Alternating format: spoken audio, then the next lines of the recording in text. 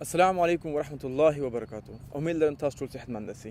ورور اول خو دا ویډیو شریک کا ځکه دا تا باندې فرض دی چې کله د کومک د مسلمان د غریب ته راځي دا موږ باندې فرض دی چې خپل مسؤلیت ادا کړو. دا د رسول الله صلی الله علیه وسلم حدیث دی چې هغه مسلمان نیم کې د بل مسلمان په حالت باندې ځان نه خبروي. ورونو خویندو موږ پوهیږو چې افغانستان کې څه حالات دی. د 250 نه زیات خلک د غربت کچې لاندې ژوند کوي، یعنی 200 افغانۍ د هغوی د ورځې لاندې ژوند کوي.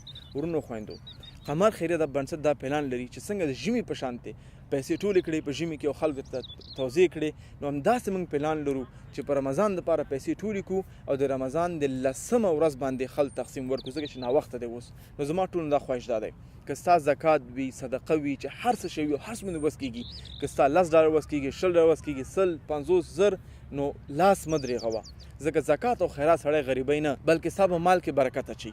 نو ته کولی شې چې د آنلاین سیسټم باندې موږ ته پیسې راولېږي، دا زموږ لینک دی. کولی شې حوالې په سیسټم باندې راولېږي، منیګرام ویسټرن یونین په سیسټم راولېږي او دا زموږ تماس شمارې دي.